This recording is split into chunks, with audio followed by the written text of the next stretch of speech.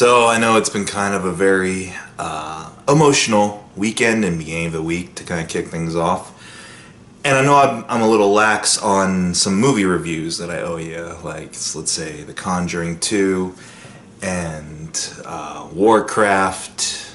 I'll see if I can fit in some screenings for some of those movies here. I've been seeing a bunch of like on-demand stuff like Midnight Special. I really enjoyed Midnight Special.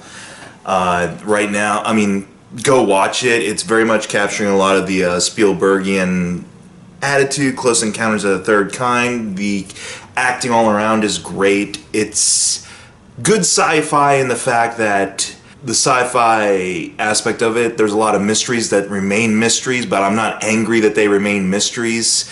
I get the general gist of where this plot is going, and it, for the most part, it really does work. And everyone, Adam Driver, Michael Shannon, Kirsten Dunst, Joel Edgerton, even Sam Shepard in his brief little bit as a cult leader, essentially, on this thing called The Ranch, where they worship this sci-fi looking, or this kid with sci-fi abilities who his eyes light up and he can cause satellites to fall out of the sky and creates like energy bubbles and things like that. You know, some of that's explained, some of it isn't.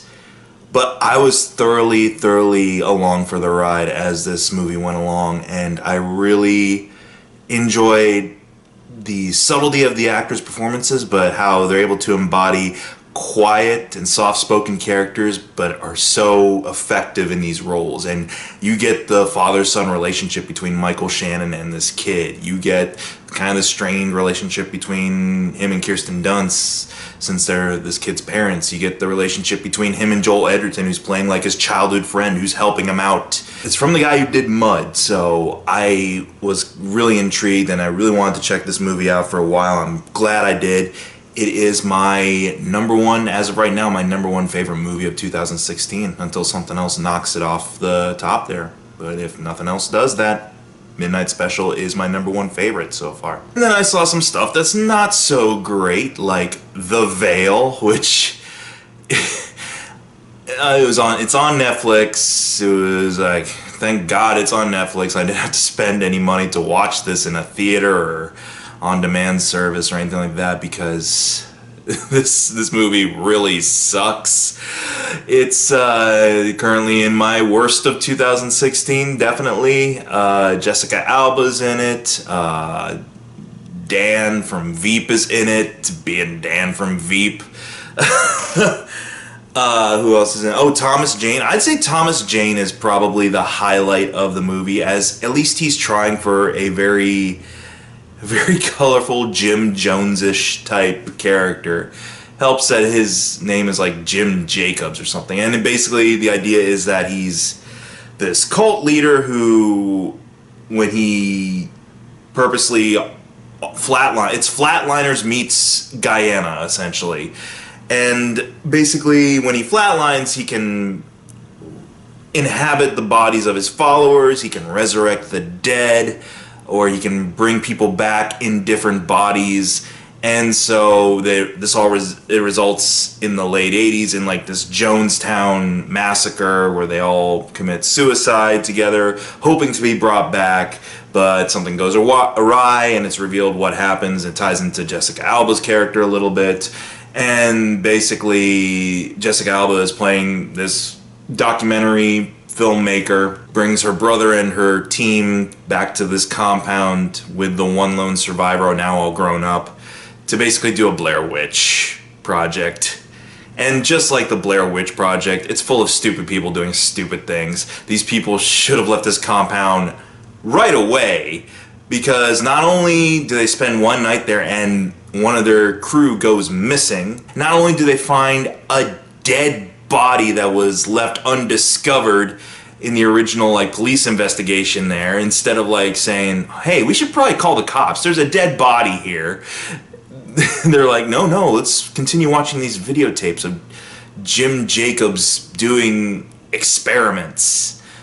And so one by one, I'm just gonna tell you what happens. One by one, Jim Jacobs kind of sort of kills off members of the documentary crew, but then inserts the souls of his followers into them. So you got everyone doing their best muahahaing at one point, and it's pretty comical to try to see Jessica Alba be possessed and try to look threatening at one point. It doesn't work. It's pretty laughable. About the only entertainment value I got out of it was Thomas Jane as this cult leader, because at least he is trying for something. It's completely the wrong tone, but it's big and it's bold, and it's better than anything that anyone else is doing in the movie. I'll give it that. But at the same time, it's one of those just dime a dozen stupid horror movies about cults and possession. So I saved you an hour and 40. Don't watch The Veil. Let's get to something that really kind of picked up my mood this week after hearing about all the tragic events that have been going on in Orlando especially. But it's this little 10-minute short film made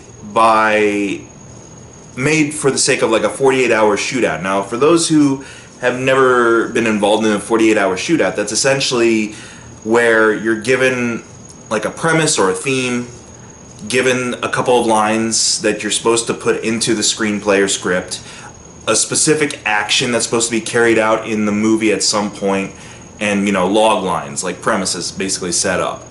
And so what this group of filmmakers actually did for this particular 48-hour shootout is that you got to get the script set up and get your actors and do all your location shooting and production stuff and post and soundtrack within 48 hours and have it completed.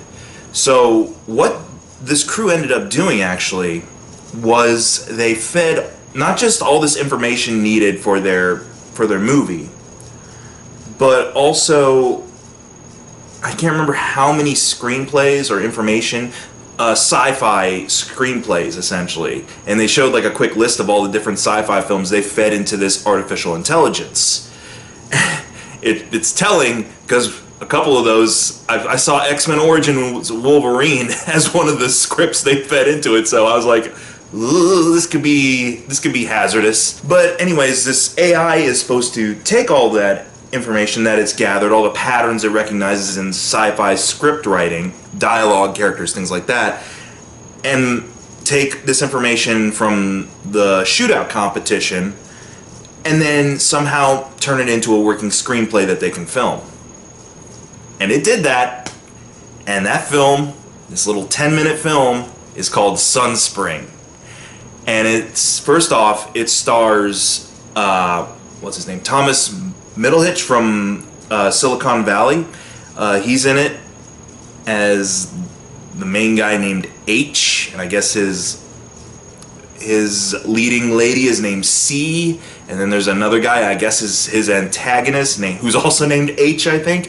But he stars in this weird Logan's Run-ish type of movie where I don't know if the dialogue in this movie is just gibberish or if it is extremely profound for an AI, because holy god, this movie is weird. It is surreal and strange, but by God, there's a certain charm and humor to it. At least I found it charming and humorous at times. Do I know what it's about? Do I know what they're even talking about in this movie? Hell no. But it entertained me for 10 minutes. And that's the thing, it's not a 2-hour investment, thankfully. I don't feel like this is a Malick film for me. I'm sure Terrence Malick somewhere is like, man, some of that stuff is deep. And it could have just been a quick algorithm for this AI to figure out.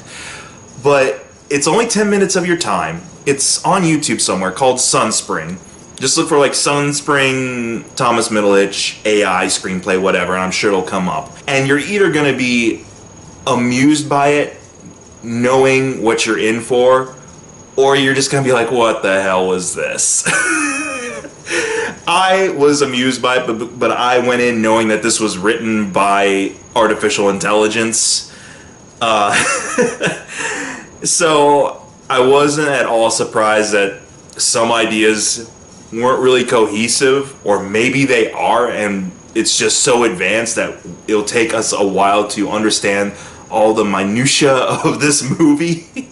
But it was amusing to kind of see Thomas Middleditch and these other actors try to do really broad melodrama with the stupidest sounding lines I've heard in a long time.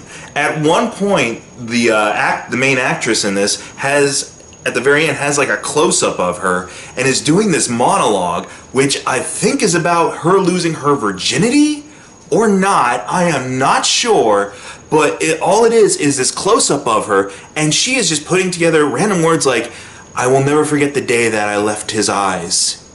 The sweet penetrating stiffness of it." That's what she said, like literally just words chained together. But the fact that this is the mark of a good actress, is the fact that she is able to squirt out a couple of tears and make you invest in whatever she's saying. It's kind of awe-inspiring. I'm not gonna lie. Like, I don't have clue what her monologue is about. I think it was about losing her virginity. I am not quite sure, but she gets the waterworks going on it, and I'm like, bravo, beautiful, go, wonderbar.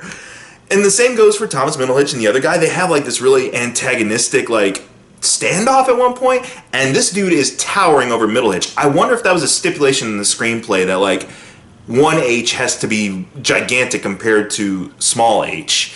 And so Middleditch is just like looking up at this dude, poking him in his chest and saying bizarre shit to him. And they're all dressed up like they're in Logan's Run. Like, he's got a weird sparkly leather jacket. Logan's Run meets Michael Jackson's Thriller, I'm gonna say. And at one point he's standing in front of, I guess, a rip in the space-time continuum and drinking coffee or something. He's fiddling with a camera like this, and at one point he cuts away and he's just like this, and he's weird. Like, I'm kind of wondering, I want to read this screenplay to see like how much is verbatim what this AI wrote for these actors and how much of it is them kind of just ad-libbing and improvising some moments to work off of this batshit sounding dialogue. But I'm sure there's going to be some people out there who are going to be like, wow, this is deep. I'm not going to lie, there were some moments where the dialogue maintained kind of a narrative and it was kind of working, but then automatically in comes another just train of thought or another mood or setting that completely just sends it spiraling somewhere else. But the entire time, throughout this 10-minute experience, I'm in utter awe of this thing that occurred. I'm not saying it's great. I'm not saying you'll have fun with it, but it is different. It is unique. P.S. It didn't win the film festival, but it did get an honorable mention, and apparently I'll also have the link to the ETC News Tech Tuesday video that has they interviewed the AI, and some of its responses are just hilarious, so I'll have that video linked as well. But yeah, that's what I just want to do, this kind of quick catch-up vlog, in that I haven't been laxing. I have watched a good movie, a bad movie, and this, Sunspring. So I'll have more for you. I'll eventually get around to Warcraft. I definitely want to check out The Conjuring 2. See you soon. Check out Sunspring. Definitely check out Midnight Special.